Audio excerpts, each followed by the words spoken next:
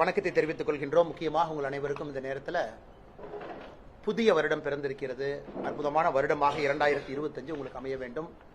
நம்ம எல்லா தமிழ் சொந்தங்களுக்கும் இந்த ஆண்டு ஒரு அற்புதமான ஆண்டாக அமைய வேண்டும் என்று இந்த நேரத்தில் மறுபடியும் நாங்கள் ஆண்டவனை வேண்டிக் கொள்கின்றோம். சகோதர சகோதரிகளே, நாம் இன்னைக்கு 2-3 விஷயங்களுடன் உங்களிடம் பேச வேண்டும் என்பது எங்களுடைய ஆசை. முதல்ல பாரதிய ஜனதா கட்சியினுடைய மகளிர் அணி, எங்களுடைய மாநில தலைவி சகோதரி உமாரதி அவர்கள் தலைமையில் நாளைக்கு மதுரையிலிருந்து நீதி கேட்பு பேரணி புறப்பட்டு சென்னை வந்து ஆளுநரை சந்திக்க இருக்கிறது.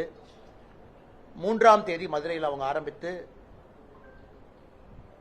7 இடத்துல அவர்கள் தங்களுக்கான ஒரு பிரேக் எடுத்துக்குவாங்க. 8வது ஸ்டாப்பாக சென்னைக்கு வருவாங்க. இதான் ஒரிஜினல் ப்ரொபோசல் பிளான். ஆனால் இன்னைக்கு மதுரை மாநகர காவல்துறை அனுமதி மறுத்திருக்கிறாங்க. அதனால் உறுதியாக எங்களுடைய சகோதரிகள் உறுதியாக நாங்கள் நாளைக்கு அங்கே மதுரையில் இருப்போம். யாருக்கும் எந்த பிரச்சனையும் இல்லாமல் ஒரு அறவழியில் எங்களுடைய போராட்டத்தை நாங்கள் மதுரையிலிருந்து முன்னெடுப்போம். அதே நேரத்தில் பாரதிய ஜனதா கட்சியை சார்ந்த தலைவர்கள், தொண்டர்கள் எல்லோரும் காவல்துறையினுடைய உத்தரவுக்கு நாங்கள் எப்பவுமே கட்டுப்பட்டிருக்கோம். நாளைக்கு நாங்கள் ஆர்கியூ பண்ணுறோம். எங்கள் கேஸ் அமைதியான முறையில் ஒரு பேரை நடப்பதை எதுக்கு நீங்கள் தடுக்கிறீங்க? யாருக்கும் எந்த பிரச்சனை நம்ம கொடுக்க போகிறதில்ல. ரூட் பிளான் கொடுக்குறோம். எந்த 7 இடத்துல நாங்கள் நிற்க போகிறோம்னு சொல்கிறோம். ஆளுநரை பார்ப்பதற்காக வர்றாங்க. இவங்க எந்த சட்டம் ஒழுங்கு எங்கேயும் கெடுக்க போகிறது கிடையாது. அதனால் நாளைக்கு காவல்துறை இதை மறுபரிசீலனை செய்வாங்கன்னு நான் நம்புறேன். எப்படி இருந்தாலும் இந்த மகளிர் அணி, இந்த குழு நம்முடைய மாநிலத்தினுடைய மூத்த தலைவர்கள் தலைமையில் நம்முடைய ஆளுநரை சந்தித்து ஒரு புகார் பட்டியலை கொடுக்க இருக்கிறார். திராவிட முன்னேற்ற கழகம் ஆட்சிக்கு வந்த பிறகு கடந்த 3.5 ஆண்டுகளில் எந்த அளவுக்கு தமிழகத்தில் சட்டம் ஒழுங்கு சீர்குலைந்திருக்கிறது, எந்த அளவுக்கு பெண்களுக்கு எதிரான குற்றம் அதிகரித்திருக்கிறது. முதலமைச்சர் அவர்கள் இன்னைக்கு எல்லா இடத்துலையும் நம்முடைய ஸ்டாலின் ஐயா அவர்கள் திரும்ப திரும்ப அவர்கள் சொல்லக்கூடிய ஒரே ஒரு வார்த்தை அமைதி பூங்கா தமிழகம் அப்படிங்கிற வார்த்தையை அடிக்கடி பயன்படுத்துறாங்க. ஆனால் முதலமைச்சர் அவர்களுக்கு ஒரே ஒரு விஷயத்தை மட்டும் நாங்கள் அவங்க கவனத்துக்கு வைக்கிறோம். 2022 நம்முடைய NCRB national crime records bureau, இந்தியாவில் நடக்கக்கூடிய குற்றங்களை எல்லாம் தொகுத்து அறிக்கையாக கொடுக்கக்கூடிய அமைப்பு நேஷனல் கிரைம் ரெக்கார்ட்ஸ் பியூரோ. அவங்க கிரைம் இன் இந்தியா அப்படின்னு கடைசி அறிக்கை கொடுத்திருக்காங்க. 2023க்கான அறிக்கை இன்னும் வரல, எந்த நேரத்திலும் வெளியிடப்படலாம். அந்த 2022 அதாவது திமுக ஆட்சிக்கு வந்து முழுமையாக ஓராண்டு காலம் முடித்த பிறகு தமிழகத்தில் முதல் ஆண்டுல மட்டும் திமுகவை பொறுத்தவரை, திமுகவினுடைய ஆட்சியை பொறுத்தவரை பெண்களுக்கு எதிரான குற்றம் 8.29% அதிகரித்திருக்கிறது. 2021 முடிவுக்கும் 2022 முடிவுக்கும். குறிப்பாக கற்பழிப்பு வழக்குகள் மட்டுமே 31.89% அதிகரித்திருக்கிறது. குழந்தைகளுக்கு எதிரான குற்றங்கள் 2021 4465, 2022 4968, அப்ப கிட்டத்தட்ட 8.5% அதிகரித்திருக்கிறது. 2024 வந்திருக்கக்கூடிய குழந்தை திருமண புகார் பாத்தீங்கன்னா 2023 பார்க்கும் பொழுது 2024 55.6% அதிகரித்திருக்கிறது. முதலமைச்சர் அவர்கள் இந்த ஆய்வறிக்கையை மறுக்கலாம். முதலமைச்சர் அவர்கள் வந்து தமிழகம் அமைதி பூங்கான்னு சொல்லலாம். ஆனா NCRB பொறுத்தவரை தமிழக காவல்துறை புகார பதிவு செய்யற டேட்டால இருந்து எடுத்து, FIR எடுத்து அதை வந்து எல்லா மாநிலத்துக்கும் அனுப்புறாங்க. அதனால் திமுக ஆட்சிக்கு வந்து முதல் ஆண்டிலிருந்து இந்த 2023க்கான ஆய்வறிக்கை வரும். இன்னும் சில மாதங்கள்ல வர இருக்கு. அன்னைக்கும் பத்திரிகை நண்பர்கள் நாங்க சொல்லத்தான் போறோம். திமுக வந்த பிறகு பெண்களுக்கு எதிராக, குழந்தைகளுக்கு எதிராக குற்றங்கள் எந்த அளவுக்கு அதிகரித்திருக்கு. இன்னைக்கு இவ்வளவு பேசக்கூடிய முதலமைச்சர் இந்தியாவில் எங்கேயுமே இல்லாத அநியாயம் தமிழகத்தில் நடந்து கொண்டிருக்கிறது. குறிப்பாக மாநில குழந்தைகள் உரிமை பாதுகாப்பு ஆணையம் SCPCR, state children protection committee SCPCR சொல்லக்கூடிய அமைப்பை 2.5 ஆண்டுகளா தமிழகத்தில் ஃபங்க்ஷன் ஆகாம இருக்கு. குறிப்பாக 18 வயதுக்கு கீழ் நடக்கக்கூடிய போஸ்கோ குற்றச்செயல்கள், போக்சோ அப்படின்னு நம்ம சொல்றோம். சிறார்கள் ஒரு சிறைக்கு போறாங்கன்னா கண்காணிக்க வேண்டிய பொறுப்பு இந்த SCPCR அமைப்புக்கு இருக்கு. SCPCR அமைப்பு, மாநில குழந்தைகள் உரிமை பாதுகாப்பு ஆணையம் 2.5 ஆண்டுகளாக தமிழகத்தில் செயலிழந்திருக்கு. தலைவர் இல்ல, கோர்ட்டு பிரச்சனை, புதிய கமிட்டி இவங்க போடல.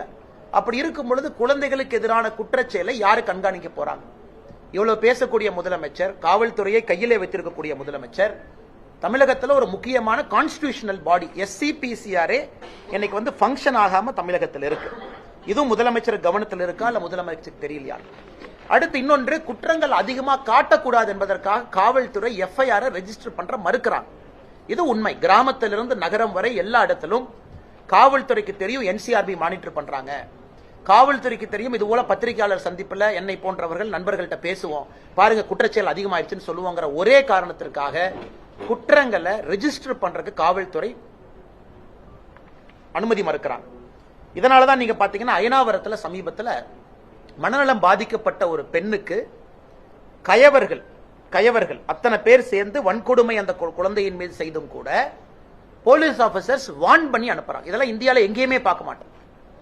அதாவது வளர்ந்த மாநிலம் தமிழகத்திலிருந்து நாம் பேசிக் கொண்டிருக்கின்றோம். இது தொடர்ச்சியா நாம நிறைய விஷயத்தை பேசிட்டே போலாங்க. சென்னையில் இதே போல அண்ணா நகர் பகுதியில் 10 வயது மகளை இதே போல சண்டை போட்டு தான் எஃப்ஐஆரே ரெஜிஸ்டர் பண்ண வேண்டியதா இருந்துச்சு.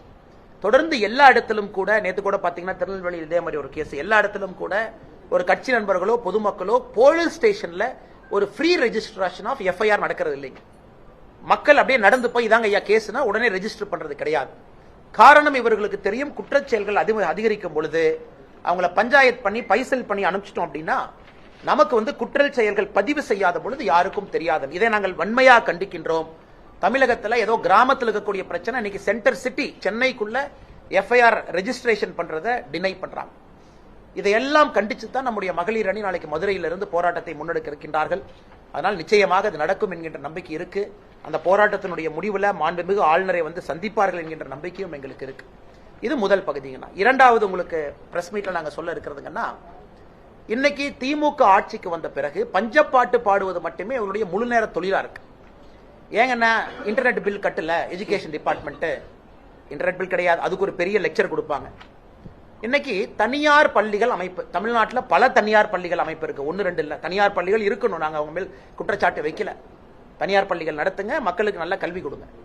இன்னைக்கு தனியார் பள்ளிகள் அமைப்பு ஒரு புதிய தலைவர் அண்ணன் BT அரசகுமார் வந்திருக்காங்க. அரசகுமார் அண்ணன் பிஜேபியில் தான் இருந்தாங்க, இன்னைக்கு திமுகவினுடைய செய்தி தொடர்பாளராக இருக்கார். அவர் நடத்தக்கூடிய விழாவில் அமைச்சர் அன்பில் மகேஷ் பொய்யாமொழி அண்ணன் அந்த விழாவுக்கு போறார். மாநில அரசு கொடுத்திருக்கக்கூடிய செய்தி குறிப்பில் மிக தெளிவாக சொல்லி இருக்கின்றார்கள், 500 அரசு பள்ளிகளை நாங்க தத்தெடுப்போம் என்கிற வார்த்தையை பயன்படுத்தி இருக்கிறாங்க. அரசு வெளியிட்டிருக்கக்கூடிய செய்தி குறிப்பு. அந்த 500 பள்ளிகளுக்கு நாங்க CSR ஃபண்ட் கொடுப்போம். நான் திமுக தெரியாம கேட்கிறேன். 44,672 கோடி ரூபாய் எஜுகேஷன் டிபார்ட்மெண்ட் பட்ஜெட், 44,672 crore. உங்களுடைய தேர்தல் அறிக்கையில சொல்லியிருக்கிறீங்க 10,000 பள்ளிகள், சிதிலமடைஞ்ச பள்ளிகளை நாங்க கட்ட போறோம் தேர்தல் அறிக்கையில சொல்லித்தான் வாக்குறுதி கொடுத்து நீங்க வந்திருக்கிறீங்க. பள்ளிகள் கட்டுறது கிடையாது, எல்லா பில்டிங் ஒழுகுது. ஏன் இன்டர்நெட் பில்லு கூட கட்ட முடியல. இன்னைக்கு அரசு பள்ளிகளை தாரை வார்த்து கொடுக்கக்கூடிய முழு நேர வேலையில் இறங்கியிருக்காங்க. சரி, இன்னைக்கு ஒரு விளக்கம் கொடுத்துறாங்க, இல்ல அமைச்சர் அப்படி சொல்லல, செய்தி குறிப்பில் தான் தப்பா போட்டாங்க, நாங்க தத்தெடுத்துன்னு சொல்ல எடுத்துன்னு தான் சொன்னோம், செய்தி குறிப்பில் தத்தெடுத்துன்னு போட்டாங்க. ஒருவேளை உங்களுடைய லாஜிக்கை எடுத்துக்கிட்டா கூட தனியார் பள்ளிகள் எதுக்கு உங்களுக்கு CSR கொடுக்கணும்?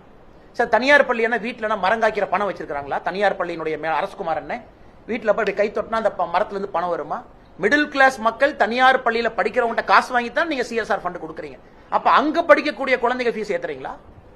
பட்ஜெட் இருக்கு, டாக்ஸ் போடுறீங்க, எல்லாரும் வரி கட்டுறோம், 44,000 கோடி ரூபாய் பட்ஜெட் இருக்கு. நீங்கள் செய்ய வேண்டிய வேலையை தனியார் பள்ளிகளுக்கு ஏன் தாராவார்த்து கொடுக்குறீங்க? தனியார் பள்ளிகளுடைய வேலை என்ன? கல்வி கொடுப்பது. தனியார் பள்ளிகளுடைய வேலை அரசு பள்ளியில கல்வி கொடுப்பது அவங்க வேலை கிடையாது. அதனால அன்பில் மகேஷ் பொய்யாமொழி அவர்கள் ஒரு விஷயத்தை புரிஞ்சுக்கணும். தனியார் பள்ளிகள் CSR, அதான கார்பரேட் கம்பெனிங்களானே. ஒரு கம்பெனி, ஒரு ரிலையன்ஸோ, ஒரு டாட்டாவோ, ஒரு அதானியோ CSR நம்ம பார்த்திருக்கோம், நிறைய சம்பாதிக்கிறாங்க, பொதுமக்களுக்கு கொடுக்கட்டும். இன்னைக்கு தனியார் பள்ளி மக்கள்கிட்ட காசு வாங்கி ஃபீஸ் வாங்கி அந்த CSR அதுக்கு நான் தனியார் பள்ளியிட்ட ரெக்வெஸ்ட் பண்றேன், நீங்க CSR கொடுக்கறதுக்கு தனியார் பள்ளியில படிக்கிற குழந்தைகளுடைய ஃபீஸை கொஞ்சம் குறைங்கன்னு நான் கேட்கிறேன். அண்ணன் BT அரசகுமாராக இருக்கட்டும், தமிழகத்தில் நடக்கக்கூடிய நிறைய தனியார் பள்ளிகள் அமைப்பாக இருக்கட்டும், நீங்க CSR கொடுக்காதீங்க, அரசு வேலை அவங்க செய்வாங்க. அது நீங்க தயவு செஞ்சு மிடில் கிளாஸ் குழந்தைங்க தனியார் பள்ளியில படிச்சாங்கன்னா அவங்க ஃபீஸை குறைங்க. இது அன்பில் மகேஷ் பொய்யாமொழி அவர்கள் செய்ய வேண்டிய வேலையை நீங்க எதுக்கு செய்றீங்க? 10,000 பள்ளிகளை சிதிலமடைஞ்சிருக்கக்கூடிய பள்ளிகளை நாங்க சரி பண்றோம்னு சொல்லியிருக்காங்க. அதை திமுக அரசு சரி பண்ணணும், வெள்ளை அறிக்கை கொடுக்கணும். எத்தனை பள்ளிகளை சரி பண்ணிருக்காங்க, எத்தனை பள்ளிக்குள்ள மரம் இருக்கு, மழை பெஞ்சா எவ்வளவு உழுவுது, எத்தனை ஓடு ஓட்டையா இருக்கு, எத்தனை ஆசிரியர்கள் இருக்கிறாங்க, எதுவுமே செய்யாம ஒரு திமுக கட்சி நிர்வாகி நடத்தக்கூடிய ஒரு மேடைக்கு போய் எல்லாம் பேசிட்டு அதன் பிறகு பிரச்சனையான பிறகு இவர்கள் மாற்றி பேசுவது முறையல்ல என்பதையும் கூட தமிழக அரசுக்கு இந்த நேரத்தில் நாங்கள் சுட்டிக்காட்ட விரும்புகின்றோம். அடுத்து மூன்றாவது, நாம நேற்று நம்முடைய பாரத பிரதமர் நரேந்திர மோடியா புத்தாண்டுல முதல் கேபினெட் மீட்டிங்கை விவசாயிகளுக்காக ஒரு சிறப்பு கேபினெட் மீட்டிங்கை நேற்று நம்முடைய பிரதமர் அவர்கள் கூட்டியிருந்தார்கள். அதுல குறிப்பா நம்ம DAP விவசாயிகளுக்கு நம்ம கொடுக்கக்கூடிய ஃபர்டிலைசர்ல இருந்து சப்சிடி அவர்களுக்கு, குறிப்பாக ஃபசல் பீமா யோஜனை, கிராப் இன்சூரன்ஸ், விவசாயிகளுக்கு ஒரு ஆண்டும் கூட பயிர் காப்பீடு, அதனுடைய எக்ஸ்டென்ஷன் எல்லாம் கூட நம்முடைய பிரதமர் அவர்கள் 2021 ஜனவரி 1ஆம் தேதி கூட்டப்பட்ட கேபினெட்ல எடுத்த ஒரே முடிவு விவசாயிகளுக்கான முடிவு. நம் அரசு விவசாயிகளோட எப்படி இருக்கும் என்பதை மறுபடியும் நாம் உறுதிப்படுத்தி இருக்கின்றோம். இதை தாண்டி பத்திரிகை நண்பர்களுக்கு கேள்வி இருந்தால் பதில் சொல்றேன்.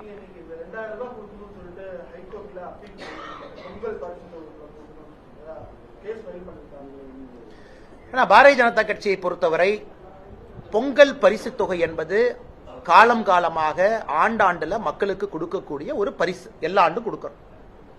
இது இவர்கள் எங்கேயோ இருந்து புடுங்கி யாரும் கொடுக்கலீங்கன்னா, ஒரு அரசு பட்ஜெட் போடும் போதே அவங்களுக்கு தெரியும் இதற்கான ப்ரொவிஷன். ஏன்னா எல்லா வருஷமும் கொடுக்கிறோம். திமுக ஆட்சிக்கு வந்தவுடன் 21 தொகுப்பை கொடுத்தாங்க. அது உங்களுக்கு தெரியும். எல்லாம் போய் அந்த பாவு மாதிரி சர்க்கரை எல்லாம் கொடுத்தாங்க, எல்லாம் பக்கெட்ல பிடிச்சிட்டு வந்தோம். அதன் பிறகு போன ஆண்டு கொடுக்க மாட்டேனாங்க, எல்லாரும் சண்டை போட்ட பிறகு 1000 ரூபாய் கொடுத்தாங்க. ஒரு ஆண்டும் இதே பிரச்சனையை செய்யறாங்க. அதனால் பொங்கல் என்பது மக்கள் எதிர்பார்க்கக்கூடிய ஒரு பண்டிகை. மக்களுக்கு செலவு இருக்கும், விவசாய பெருமக்களுக்கு செலவு இருக்கும், எல்லோருக்கும் செலவு இருக்கும். அதனால் இவங்க பொங்கலுக்கு பரிசு தொகை கொடுக்க வேண்டும். ஏன்னா இது நம்ம இன்னைக்கு நேத்து இல்ல, இவங்களுக்கு நிதிச்சுமை பினான்ஸ் மினிஸ்டர் இன்னைக்கு தான் தெரியுமா தங்கம் தென்னரசனுக்கு. தங்கம் தென்னரசன் எங்க போயிட்டாங்க 6 மாசத்துக்கு முன்னாடி? லெஜிஸ்லேட்டிவ் அசம்பிளில பட்ஜெட் தாக்கல் செய்யும் பொழுது தங்கம் தென்னரசனுக்கு நம்பர்ஸ் தெரியாதா? இல்ல அவங்க தேர்தல் வாக்குறுதி கொடுக்கும் போது நம்பர்ஸ் தெரியாதா? எல்லோருக்குமே தெரியும். 1 லட்சம் கோடி ரூபாய் கடன் வாங்குறீங்க. போன ஆண்டு 90,000 கோடி கடன், இந்த ஆண்டு 1 லட்சம் கோடி ரூபாய் கடன் வாங்க போறீங்க. வாங்கக்கூடிய கடன் என்ன சார் பண்றீங்க தெரியாம நான் கேட்கிறேன். நீங்க வாங்குற கடனை என்ன செய்றீங்கன்னு தயவு செஞ்சு சொல்லுங்க. வாங்குற இவ்வளவு கடன் வாங்கி உங்களால 1000 ரூபாய் கொடுக்க முடியும்னா என்ன நீங்க அரசு நடத்தி கொண்டிருக்கின்றீர்கள்? 2000 ரூபாய் கொடுக்க முடியும். ஆனா பாரதிய ஜனதா கட்சியினுடைய வழக்கறிஞர் பிரிவு அவங்க போராட்டத்தில் இறங்கி இருக்கிறாங்க. விவசாயிகள் பிரிவு அவங்க போராட்டத்தில் அவங்க இறங்குவாங்க. சோ எல்லா அமைப்புகளுக்கும் நாங்கள் அறிவுறுத்தி இருக்கின்றோம், இதை மக்கள்கிட்ட எடுத்துட்டு போங்க. இவர்கள் பொங்கல் பரிசு தொகை கொடுக்கும் வரை திமுக அரசை நீங்கள் விடக்கூடாது என்று வலியுறுத்தி இருக்கின்றோம். கல்வி விவகாரத்தில் மத்திய அரசு மாநில அரசு மிரட்டுவதா அன்பில் மகேஷ் அவர்கள் தெரிவிச்சிருக்காரு. அதாவது புதிய கல்விக் கொள்கையை ஏற்றால் தான் நாங்க நிதி கொடுப்போம், இல்லட்டா கல்வியை நீங்க மாநில பள்ளிகளுக்கு மாற்றுங்க இவங்க தரப்பு கேட்காங்க. எங்களுடைய பிள்ளைகளை நாங்க பாத்துக்கிட்டோம் சொல்லிட்டு அமைச்சர் விளக்கம். ஆனா இந்தியாவில் பாரதிய ஜனதா கட்சியை சாராத ஆட்சிகள் எத்தனையோ நடக்குதுங்கண்ணா, எல்லா ஸ்டேட்லயும் நடக்குது. எந்த மாநிலத்திலும் எழுப்பாத ஒரு புகாரை இங்க இருக்கக்கூடிய நம்முடைய அமைச்சர் பெருமகன் அவங்க எழுப்புறாங்க. PM ஸ்ரீ ஸ்கூல், அந்த 16,000 பள்ளிகள் நம்முடைய பிரதமர் கொண்டு வந்ததே புதிய கல்விக் கொள்கையினுடைய அம்சமாக, தனியா கொண்டு வரலீங்கன்னா. அதாவது பள்ளி கல்வியினுடைய தரத்தை உயர்த்த வேண்டும் என்பதற்காக PM ஸ்ரீ பள்ளி, அதுல 16,000 பள்ளிக்கூடம் எல்லா மாநிலத்துக்கும் சொன்னாங்க, நீங்க வேணுங்கிறத கேளுங்க நம்ம கொடுக்கிறோம். தமிழகத்தினுடைய முதன்மை செயலாளர் அவர்கள் கடிதம் எழுதுறாங்க, எங்களுக்கு இவ்வளவு வேணும் கொடுங்க. எல்லோருக்கும் தெரியும், கடிதம் எழுதும் பொழுதும் சீஃப் செக்ரட்டரிக்கு தெரியும், அதுல நியூ எஜுகேஷன் பாலிசி தான் அதுல கொண்டு வர வேண்டும் என்பது எல்லோருக்கும் தெரியும். அதுல தமிழ்நாடு மட்டும் விதிவிலக்கு கிடையாது. அதே போல சர்வசிக்ஷா அபியான்ல எங்கேயுமே நம்ம பிக்ஸ் பண்ணல. சர்வசிக்ஷா அபியானுக்கு தான் அமைச்சர் பேசுறாங்க. SSAவை பொறுத்தவரை, அதாவது எந்த அந்த காம்பனண்டா இருந்தாலும் கூட யாரும் எங்கேயும் சொல்லல, நீங்க புதிய கல்விக் கொள்கை ஏற்றுக்கொள்ளவில்லை என்றால் மத்திய அரசு உங்களுக்கு கொடுக்கக்கூடிய பட்ஜெட்டை கட் பண்ணிடுவாங்கன்னு எங்கேயும் சொல்லு. ஆனா ஒரு விஷயத்தை புரிஞ்சுக்கணும், புதிய கல்விக் கொள்கையில பல காம்பனன்ட் இருக்குங்க, பல காம்பனன்ட் ஸ்ட்ரீம் லைனிங். உதாரணத்துக்கு நீங்க ஸ்மார்ட் மீட்டர், மத்திய அரசு அவங்க இன்னைக்கு ரிஃபார்ம் சொல்றாங்க பவர் செக்டார்ல. இந்த ரிஃபார்ம்ஸ் நீங்க செஞ்சீங்க அப்படின்னா நாங்க இவ்வளவு பணம் கொடுப்போங்கிறாங்க. செய்யலினா பரவாயில்ல, நீங்க பணம் கிடைக்காது, உங்க வேலையை நீங்க பாத்துங்க, நீங்களே செய்யுங்க. ஏன்னா எலக்ட்ரிசிட்டி ஒரு டிஸ்காம் ஒரு எலக்ட்ரிசிட்டி ஏஜென்சியும் பாத்தீங்கன்னா லட்சம் கோடி ரூபாய் லாஸ்ல இருக்கு, லட்சம் கோடி ரூபாய் டான்ஜெட்கோ உட்பட. அதுக்கு மத்திய அரசு சொல்றாங்க, நாங்க பொறுப்பு ஏத்துக்கிறோம், கவலைப்படாதீங்க, நாங்க உங்களுக்கு ஃபண்ட் கொடுக்கிறோம், கான்ஸ்டிடியூஷன் படி நாங்கள் கொடுக்க வேண்டும் என்கின்ற அவசியம் இல்லை, அரசியலமைப்பு சட்டத்தின்படி பணம் கொடுக்க வேண்டும் என்கிற அவசியம் இல்லை. ஆனா பவர் செக்டர் ரிஃபார்முக்கு நம்ம கொடுக்கிறோம், ஆனா நீங்க ரிஃபார்ம் பண்ணுங்க. அதையும் எப்படி பழி போடுறாங்கன்னா மத்திய அரசு எலக்ட்ரிசிட்டி பில்லை ஏற்ற சொல்றாங்க. அந்த மாதிரி தான் அதை நான் பார்க்கிறேன். எங்கேயும் மத்திய அரசு சொல்லவில்லை. இவர்கள் புரிந்து கொள்ள வேண்டும், புதிய கல்விக் கொள்கையில பல முக்கியமான திட்டங்கள் இந்தியா முழுவதும் அமல்படுத்தும் பொழுது தமிழகம் மட்டும் தனித்தீவாக இருப்பதற்கு வாய்ப்பில்லை. காரணம், எக்ஸாமினேஷன் பேட்டர்ன் மாறுதுங்கன்னா, ஹையர் எஜுகேஷன் பாடியினுடைய ரெகுலேட்டரி அட்டானமி மாறுது, கான்செப்ட் ஆஃப் UGC மாறுது, AICTE டெக்னிக்கல் எஜுகேஷன் மாறுது, மெடிக்கல் எஜுகேஷனுடைய ரெகுலேட்டரி ஃப்ரேம்வொர்க் மாறுது. சோ ஒரு புதிய கல்விக் கொள்கையில இவ்வளவு விஷயங்கள் இருக்கு. அதுல ஒரு விஷயம் 2 மொழி கட்டாயம், 3வது மொழி ஆப்ஷனல். அதாவது தாய்மொழி கட்டாயம், ஆங்கில மொழி கட்டாயம், தமிழ் மொழி கட்டாயம், ஆங்கில மொழி கட்டாயம், 3வது மொழி ஆப்ஷனல். இது ஒரு காம்பனன்ட், இது மெயின் காம்பனன்ட் கிடையாதுங்க. இவங்க இந்த ஒரு பாயிண்ட்டையே பிடிச்சிக்கிட்டு நான் ரெகுலேட்டரி ஃப்ரேம் ஒர்க் ஏத்துக்க மாட்டேன். நான் மத்திய அரசு புதிய கல்விக் கொள்கையில சொல்லியிருக்கக்கூடிய அவ்வளவு பெரிய டாக்குமெண்ட்ல அவ்வளவு விஷயம் சொல்லியிருக்காங்க. சரி, இவங்க சொல்ல வேண்டியதானே, எனக்கு இந்த மும்மொழி கொள்கை பிரச்சனை, அதை அப்புறம் பஞ்சாயத்து பண்ணிக்கலாம், மிச்சதெல்லாம் ஏத்துக்கிறேன்னு சொல்றதுக்கு என்ன பிரச்சனை உங்களுக்கு? நான் திரும்ப உங்களுக்கு அமைச்சு கேட்கிறேன், மிச்சதுல தமிழ்நாட்டுக்கு என்ன, திமுக அரசுக்கு என்ன பிரச்சனைங்கன்னா அவ்வளவு பாயினியரிங் விஷயம் இருக்கு. மும்மொழி கொள்கை 2026 எலெக்ஷன்ல பாத்துக்கலாம், யாருக்கு வேண்டும்னு முடிவு பண்ணலாம், யாருக்கு வேண்டாம்னு முடிவு பண்ணலாம். மத்திய அரசு கடிதம் எழுத வேண்டியதானே, எங்களுக்கு இந்த ஆப்ஷனல் லாங்குவேஜ் வேண்டாம். ஆனா தனியார் பள்ளியில 3 மொழி இருக்குல்ல, அதுக்கு என்ன சொல்லுவாங்க? அதனால் இது உப்புக்கு சப்பாக ஒரு காரணத்தை அமைச்சர் சொல்வதாகத்தான் நான் பார்க்கின்றனோ தவிர மத்திய அரசு எங்கேயும் அப்படி சொல்லவில்லை. மேடம் கொஞ்சம் சத்தமா சொல்லுங்க மேடம்.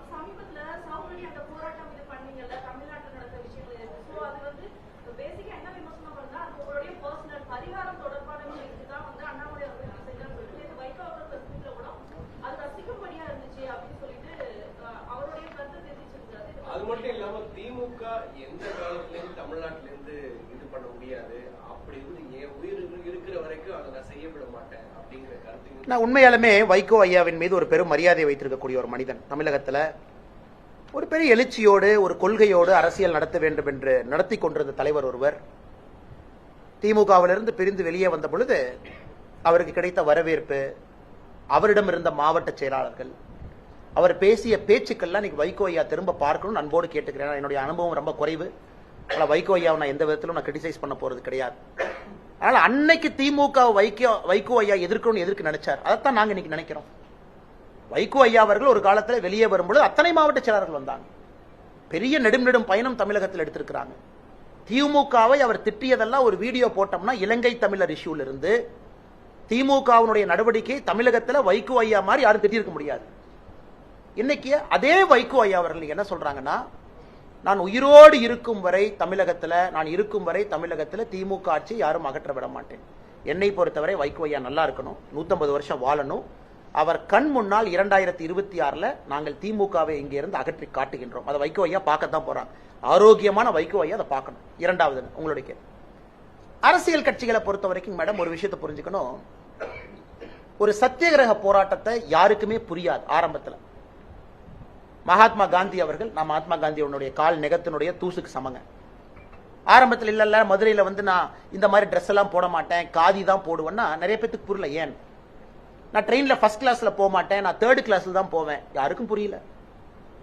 சோ மகாத்மா காந்தி அவர்கள் சவுத் ஆப்பிரிக்கால ஆரம்பிச்ச பல விஷயங்கள், இந்த பேப்பர் பர்னிங்ல இருந்து பாஸ் பர்னிங்ல இருந்து அவர் ஆரம்பித்த எந்த விஷயம் யாருக்கும் புரியல. ஆனா இன்னைக்கு நான் செருப்பு போடாம இங்க இருக்கிறேன், எனக்கு நான் சாட்டையால் அடித்துக் கொண்டேன். இது புரியவர்களுக்கு புரியும், திமுக காரங்களுக்கு எதுக்கு புரியணுங்க? அவங்களுக்கு புரியாது.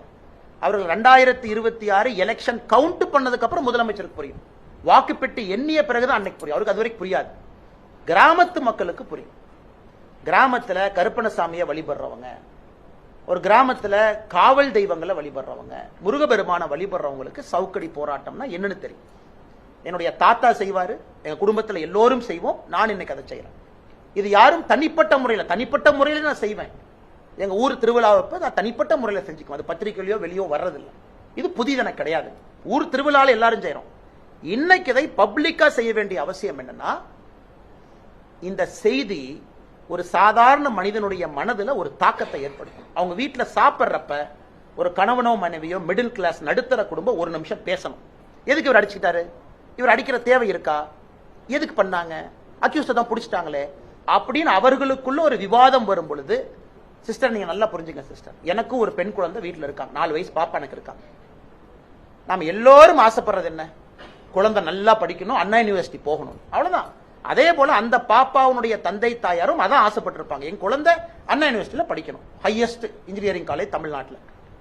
அண்ணா யூனிவர்சிட்டி போனதுக்கு அப்புறம் என் கண்ட்ரோல் இல்ல, உங்க கண்ட்ரோல் இல்ல, சிஸ்டம் கண்ட்ரோல் அந்த குழந்தை இருக்காங்க. அண்ணா யூனிவர்சிட்டி வரைக்கும் அப்பா அம்மா நம்ம கூட்டு வந்துருவோம், எக்ஸாமினேஷன் படிக்கணும், கோச்சிங் இன்ஸ்டியூட் போகணும், எக்ஸாம் பாஸ் பண்ணணும், கவர்மெண்ட் ஸ்கூல்ல படிக்கணும், பிரைவேட் ஸ்கூல். என்னுடைய சாட்டையடி போராட்ட மக்களுக்கு என்ன சொல்றோம்னா, நீங்க தயவு செஞ்சு அரசியல் இருந்து ஒதுங்கி இருக்காதீங்க. அண்ணா யூனிவர்சிட்டிக்குள்ள ஒரு விஷயம் நடந்திருக்குன்னா சிஸ்டம் ஃபெயிலியர். இது சாதாரணமா ஒரு காட்டுக்குள்ள ஒரு குழந்தை நடந்து போகும்போது ரோட்ல கையவர்கள் பைக்ல, அந்த குழந்தையினுடைய சேஃப் ஸ்பேஸ், அந்த குழந்தையினுடைய இடம், அண்ணா யூனிவர்சிட்டி கேம்பஸ்ங்கிறது அந்த குழந்தையினுடைய சேஃப் ஸ்பேஸ். அந்த குழந்தை அவங்க சேஃப் ஸ்பேஸ்க்குள்ள அந்த பாப்பா இருக்கான். அதுக்குள்ள நடந்திருக்குன்னா சிஸ்டம் ஃபெயிலியர் தானுங்க. சிஸ்டம் ஃபெயில் ஆயிடுச்சு. அரசியல்வாதிகள் ஃபெயில் ஆகலாம், முதலமைச்சரும் ஃபெயில் ஆகலாம், ஆனா சிஸ்டம் தோக்கக்கூடாது. சிஸ்டம் தோத்துருச்சுங்களே. அக்யூஸ்ட கண்காணிக்கல, சிஸ்டம் என்ன பண்ணுச்சுங்க? குற்றவாளின்னு தெரியும், ஏன் நீங்க ரவுடி ரெஜிஸ்டர் வைக்கல? அவன் இதே குற்றம் பண்ணுவான்னு தெரியும், சிசிடிவி எங்க போச்சு? அப்ப லோக்கல் கோட்டூர்புரம் காவல் நிலையம் என்ன பண்ணிட்டு இருக்கு? என்னுடைய சவுக்கடி போராட்டம் என்பது ஒரு நடுத்தர குடும்பத்தில் இருக்கக்கூடிய கணவன் மனைவிக்கு உணர்த்த வேண்டும், சிஸ்டம் தோத்து போச்சுங்க ஐயா, உங்க குழந்தைக்கு பாதுகாப்பு இல்லை. இது யாருக்கு புரியணுமோ அவங்களுக்கு புரியணும். அரசியல் கட்சிகள் அது ஒரு விவாத பொருள். எல்லாம் கார்த்திக் சிதம்பரம் அன்னை காலையில் ஏதோ சொன்னார், எனக்கு ஏதோ ராசி இருக்காமா, இந்த ராசி சேர்ந்திருக்கேன், சனி பயிற்சி நடக்குது, அவர் பண்றாரு. இன்னொருத்தர் சொன்னார் திருமாவளவன், இது காந்தியே இந்த மாதிரி பண்ணல, எனக்கு நகைச்சுவையா இருந்துச்சு, சொல்லிக்கங்க. திமுக இன்னொருத்தர் சொன்னாரு, எனக்கு ஏதோ பதவி வேணும்னு சொல்லிட்டு நான் அடிச்சுக்கிட்டேன். அதனால அட்லீஸ்ட் இதை பேசுறீங்கல்ல, அட்லீஸ்ட் எதிர்கட்சி நீங்க பேசுறீங்கல்ல, அதை யாராச்சும் டிவியில பார்த்தாங்கன்னா நீங்க நகைச்சுவையாக நகைப்பாக பேசினாலும் கூட அது தெரியாத 4 பேருக்கு போகணுங்கிறக்கா. ஆனால் இதோட நான் சாட்டடி நிறுத்த போறது கிடையாதுங்க மேடம். நான் செருப்பு கழட்டி வீசியாச்சு. ஒரு தரையில நடக்கிறது எவ்வளவு கஷ்டம் எனக்கு தெரியுங்க. 6 டிகிரி டெல்லி குளிர்ல நடக்கணும். இன்னைக்கு தான் எனக்கு தெரியுது டாய்லெட் எவ்வளவு மோசமா இருக்கு. பப்ளிக் டாய்லெட், இதனால செருப்பு போட்டு போனேன். செருப்பு இல்லாம ஒரு பப்ளிக் டாய்லெட் போகும்போது எவ்வளவு மோசமா வச்சிருக்காங்க. தெருவில் நடந்து போனீங்கன்னா கண்ணாடிகள் அங்கங்க இருக்கு. இன்னைக்கு தெரியுது தெரு எவ்வளவு சுத்தமா இல்லை என்று. அட்லீஸ்ட் எனக்கு அது தெரிஞ்சிருக்குன்னு நான் உணர்ந்துக்கிறேன். அதனால் என்னை பொறுத்தவரை எடுத்த கொள்கையிலிருந்து பின் செல்ல போவது கிடையாது. இவர்கள் ஆட்சி அகற்றப்படும். மாண்புமிகு தலைவர் ஐயா வைகோ அவர்கள் உடல் ஆரோக்கியத்தோடு உள்ளுக்குள்ள ரசிச்சுக்குவார். வெளியோர் சொல்ல முடியாது இல்லைங்க. உள்ளுக்குள்ள வைகோ அண்ணன் 2026 அவரால் செய்ய முடியாததை நாங்கள் செய்திருக்கின்றோம் என்று ரசித்துக் கொள்ளும்.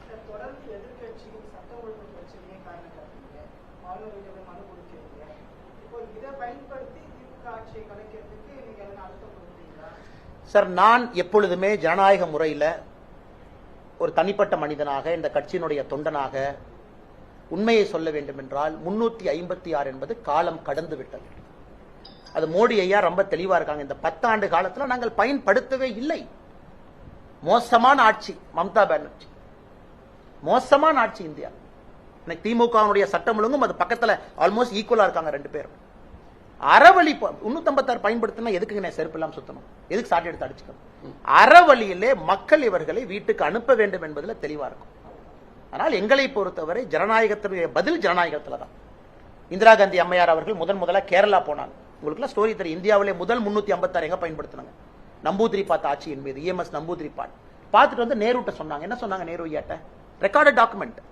எனக்கு அந்த ஆட்சியை பிடிக்கல அப்படி. அதற்காக இந்தியாவிலே 356 பயன்படுத்த முதல் ஆட்சியே கம்யூனிஸ்ட் ஆட்சி.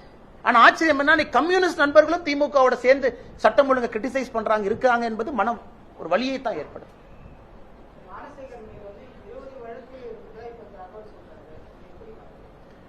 அண்ணா இன்னைக்கு நான் கேட்கிறேங்கண்ணா, ஞானசேகரன் எங்க கட்சியிலேயே இல்ல. சரி, உதயநிதி ஸ்டாலின் இவ்வளவு பேசுறாருல, நீங்க அண்ணா யூனிவர்சிட்டி சிண்டிகேட் மெம்பரா உதயநிதி ஸ்டாலின் நீங்க இருந்தீங்க அமைச்சராவதற்கு முன்பு. சரி, சிண்டிகேட் மெம்பரா இருக்கும்போது நீங்க அண்ணா யூனிவர்சிட்டியில பேசின மினிட்ஸ் ஆஃப் மீட்டிங் ரிலீஸ் பண்ணுங்க. அண்ணா யூனிவர்சிட்டியில திரு உதயநிதி ஸ்டாலின் அவர்கள் எம்எல்ஏ ஆன பிறகு நீங்க அண்ணா யூனிவர்சிட்டி சிண்டிகேட்ல என்ன பண்ணுனீங்கறத மக்களுக்கு சொல்லுங்க. ஏன்னா அடுத்த முதலமைச்சர்னு மார்த்தட்டி கொள்றீங்கல்ல, நீங்க சிண்டிகேட் மெம்பரா. இன்னைக்கும் திமுக எம்எல்ஏ இருக்காங்களா? பரந்தாமன் இருக்காங்களா? இன்னைக்கு திமுக எம்எல்ஏ ஒருத்தவங்க இருக்காங்க சிண்டிகேட் மெம்பரா உதயநிதி ஸ்டாலினுக்கு பிறகு. அந்த எம்எல்ஏ என்ன பண்ணீங்க? உள்ள எத்தனை சிண்டிகேட் மீட்டிங் நடந்திருக்கு? எத்தனை சிண்டிகேட் மீட்டிங்ல நீங்க விஷயம் வச்சிருக்கீங்க? எதுவுமே. இவர்கள் சிண்டிகேட் மெம்பராக உதயநிதி ஸ்டாலின் அவர்கள் அன்னையிலிருந்து இன்னைக்கு கட்சியிலேயே முதலமைச்சர் புகைப்படம் ஆதாரம் பத்திரிகையில பவள விழால் அவர் இருந்த காட்சி, அவரோடு பெரிய அமைச்சர்கள் அண்ணன் மா சுப்பிரமணியன். இன்னைக்கு ஒரு பிரச்சனை எல்லாம் எஸ்கேப் ஆகிறாங்க பாருங்க. உதயநிதி ஸ்டாலின் பிரஸ் பாக்குறது இல்ல. அவரை பார்த்தா நீங்க கேட்கிற முதல் கேள்வி தெரியும், எஸ்கேப். அவங்களுக்கு என்ன, 3 மாசம் நம்ம பார்க்கலாம் மக்கள் மறந்துடுவாங்க, அடுத்த இஷ்யூ வரும், அதுக்கு போயிடலாம். இதுல ஒரு துணை முதலமைச்சர் பிரஸ் பார்த்து அவங்க தரப்பு கிளாரிபிகேஷனை கொடுக்க முடியலனா தைரியம் இல்ல உங்களுக்கு. எதுக்கு துணை முதலமைச்சராக நீங்க இருக்கணும்? ரிசைன் பண்ணிட்டு போயிருங்க. துணை முதலமைச்சராக இருக்கிற நபர் ஃப்ரண்ட் பண்ணும் பிரஸ். அண்ணா கேளுங்கண்ணா, திமுக கட்சின்னு சொல்றாங்கல்ல, நான் எவிடன்ஸ் கொடுக்குறேன் இல்ல அப்படின்னு சொல்லணும். ஆனா இன்னைக்கு உதயநிதி ஸ்டாலின் அவர்கள் பிரஸ் பார்த்து ஏன் ஓடுறாரு? ஏன் பிரஸ் பார்க்காம இருக்காரு? மா சுப்பிரமணியம் அண்ணன் காலைல குடு குடு குடுன்னு ஓடுவார் ரன்னிங் ரேஸ். இன்னைக்கு எங்க பிரஸ் பார்த்தா அதே ஸ்பீட்ல ஓடுறாரு. ஏன்னா நண்பர்கள் நீங்க கேட்டுருவீங்க, என்னன்னு நீங்க சாப்பிட்ற இடத்துல பின்னாடி அந்த ஞானசேகரன் போட்டோ இருக்குன்னு கேட்டுருவீங்கறதுக்காக ஓட்டப்பந்தயத்திலே ஓடுகின்ற வேகத்தை விட மாசு ஒண்ணு பிரஸ பார்த்து ஓடுறாரு. அதனால சகோதரி, நான் தெரியாம கேட்கிறேன், எங்கள் குற்றச்சாட்டு திமுக கட்சியின் மீது புகைப்பட ஆதாரத்தோடு அவர் இருக்காரு, பகவலால பங்கேற்றிருக்காரு, இவ்வளவு விஷயங்கள் சொல்லியும் கூட ஒரு கட்சி அப்படியே லெப்ட் ஹேண்ட்ல நான் டீல் பண்ணிடுவேன், இதை மக்கள் மறந்துடுவாங்கன்னா எந்த அளவுக்கு அவர்களுக்கு ஒரு மன விஷயம் இருக்கும்? தமிழ்நாட்டு மக்கள் டேக்கன் ஃபார் கிராண்டட். அடுத்த இஷ்யூ நடக்கும், இதை மறந்துடலாம், அடுத்த இஷ்யூ வந்தோடனே பேசிக்கலாம். இதைத்தான் நாங்க எதிர்க்கிறோம். நடுத்தர மக்கள் இதைத்தான் கேட்கணும்னு நாங்க சாட்டையடி நடத்துறோம். இந்த ரேப்பா முடிஞ்சிருச்சு, அடுத்த ரேப் வரும்போது பேசிக்கலாம். அடுத்த ரேப் இதை விட கொடூரமா இருக்கும், அதை பேசுவோம். அப்படித்தாங்க இன்னைக்கு நியூஸ் சைக்கிள் போகுது, அப்படித்தானே திமுக ஆட்சி நடத்துறாங்க. அடுத்து நடப்பது இதை விட கொடூரமா இருக்கும்போது இதை மறந்து விடுவோம். அது மறக்க கூடாது என்பதற்காகத்தான் இந்த போராட்டத்தை உங்க முன்னாடி எடுத்துறோம்.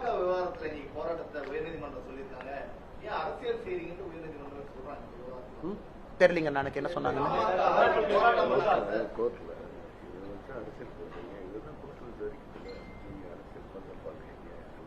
ஆனா எனக்கு மாண்புமிகு உயர்நீதிமன்றம் என்ன சொன்னாங்கன்னு தெரியல. ஆனா ஒரு விஷயத்தை புரிஞ்சுக்கணுங்கன்னா, டெமோக்ரஸியினுடைய மிக மிக முக்கியமான விஷயமே மக்கள் ரோட்டுக்கு வீதிக்கு அமைதியான முறையில் ஆர்ப்பாட்டம் செய்வதுதான் ஒரு டெமோக்ரஸியினுடைய ஃபண்டமெண்டல். அது இல்லை என்றால் அரசியல் கட்சி நடத்த வேண்டிய அவசியம் யாருக்கு இல்லை, பிரஸ் இருக்க வேண்டிய அவசியம் இல்லை. அதனால் பாட்டாளி மக்கள் கட்சி செய்திருக்கக்கூடிய போராட்டத்தை நான் வரவேற்கிறேன். சகோதரர் விஜய் அவர்கள் ஜனநாயக முறைப்படி ஆளுநரை சந்திச்சதை வரவேற்கிறேன். அனைத்து இந்திய அண்ணா திராவிட முன்னேற்ற கழகம் அதனுடைய எதிர்க்கட்சி தலைவர் அண்ணன் எடப்பாடி அவர்கள் அவங்க பண்ற போராட்டத்தை நான் வரவேற்கிறேன். இவர்கள் எல்லோரும் செய்யக்கூடிய போராட்டத்தை நான் வரவேற்கிறேன். காரணம், மக்கள் அண்ணன் சீமான் அவர்கள் எடுத்திருக்கக்கூடிய போராட்டத்தை, கைதானதை நான் வரவேற்கிறேன். எல்லோரும் வீதிக்கு பண்ண வேண்டிய காரணம் என்னன்னா, அடுத்த முறையாவது இந்த அரசு கொஞ்சமாச்சு பயத்தில் இருப்பாங்க, பிரச்சனை ஆகும். அதனால எல்லா கட்சிகளும் வீதிக்கு யாரும் பஸ் உடைக்கலையே, யாரும் கல்லெடுத்து போடலையே, யாரும் காவல்துறையினுடைய சட்டையை கை வைக்கலையா, எல்லாம் அமைதியான முறையில் பர்மிஷன் கொடுக்கலையே அரெஸ்ட் பண்ணிக்க, அப்படித்தான் இருக்கும். அதனால எங்கே மாண்புமிகு உயர்நீதிமன்றம் என்ன சொன்னாங்க எனக்கு தெரியாது. பட் இருந்தும் ஒரு அரசியல் கட்சி தலைவராக நான் சொல்லக்கூடிய எங்களுடைய வாதம் அது. நாமக்கல்ல பாத்தீங்கன்னா உங்களுக்கு கரும்பு வாங்கறதுக்காக கொள்முதல் பண்றாங்க. அப்ப 10% கரப்ஷன் பணம் கொடுத்தாதான் கொள்முதல் பண்றாங்க. எப்படி பாக்குறீங்க? ஆனா இது என்ன புதுசா கேக்குறீங்க நீங்க? என்ன இதே ஊர்ல நீங்களும் வசிக்கிறோம், நானும் வசிக்கிறோம். தஞ்சாவூர்ல 2 ஆண்டுகளுக்கு முன்பு கரும்பு வாங்கினாங்க. எப்படி வாங்கினாங்க? அது திமுக கான்ட்ராக்டர் தான் வாங்கணும், அவங்க கையில தான் நீ கொடுக்கணும், அவன் கரும்பு கொண்டே கொடுப்பான். இது புதுசு தானே? இது தமிழ்நாட்டில் நீங்க ரொம்ப பழசு மாதிரி பாக்குறீங்களே. இது எப்பவுமே நடக்கிறது தான். ஆனா இன்னைக்கு அது நார்மலைஸ் ஆயிடுச்சு. திமுக காரனா ஒரு கரும்பு வாங்குற இடத்துல கமிஷன் வைப்பாங்கிற நார்மலைஸ் ஆயிடுச்சு. அதனால இது எல்லாம் மக்கள் பார்த்துக்கிட்டு இருக்காங்கண்ணா. ஏதோ இதுவரைக்கும் லஞ்ச ஊழலே நடக்காத ஒரு தமிழ்நாட்டில் திடீர்னு அண்ணே என்ன கரும்பு காசு வாங்குறாங்க அப்படின்னா மக்கள் யாரும் அதுக்கு ஆச்சரியப்பட போவதில்லை. இன்னைக்கு ஸ்டேட் ஆஃப் அஃபேர்ஸ் இவ்வளவு மோசமா இருக்கு. அதனால இது ஒரு விவசாய பெருமகனும் இதை பார்த்து கொண்டிருக்கின்றார்கள் என்று நம்புகின்றோம்.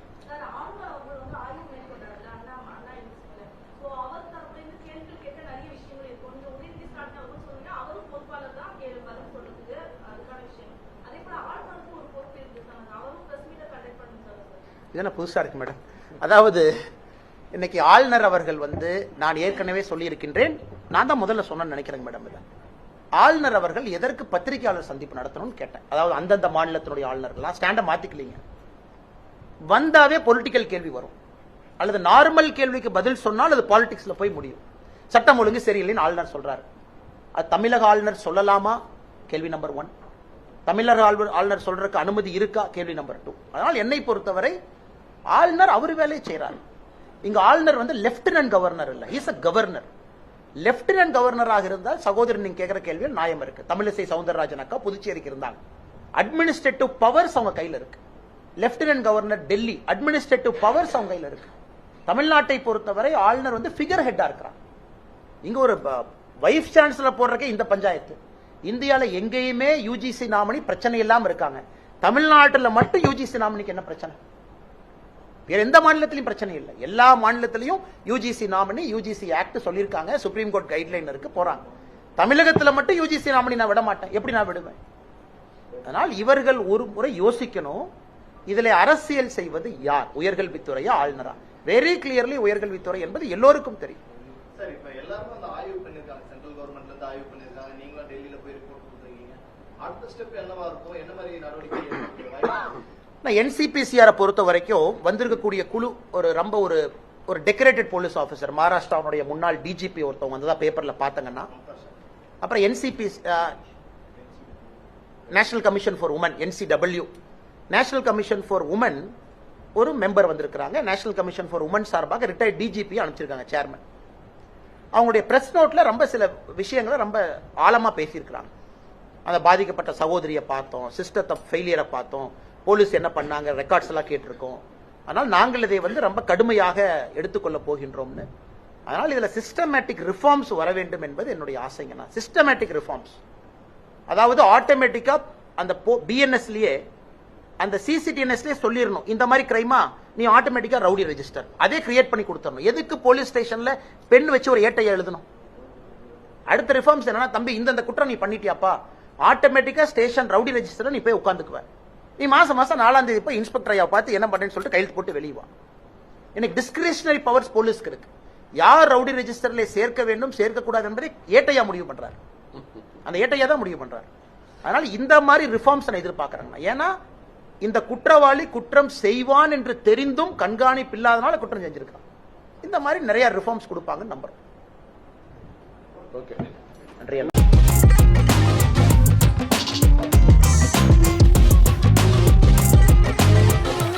பச்சைக்கூறி தப்பாதுடா, சிங்க இது சிக்காதுடா, சுத்து போட்டு நிக்காதடா, சூற விட்டா தாங்காதுடா, சிவண்டா சிவண்டா சிவண்டா, எதுக்க எவண்டா எவண்டா எவண்டா.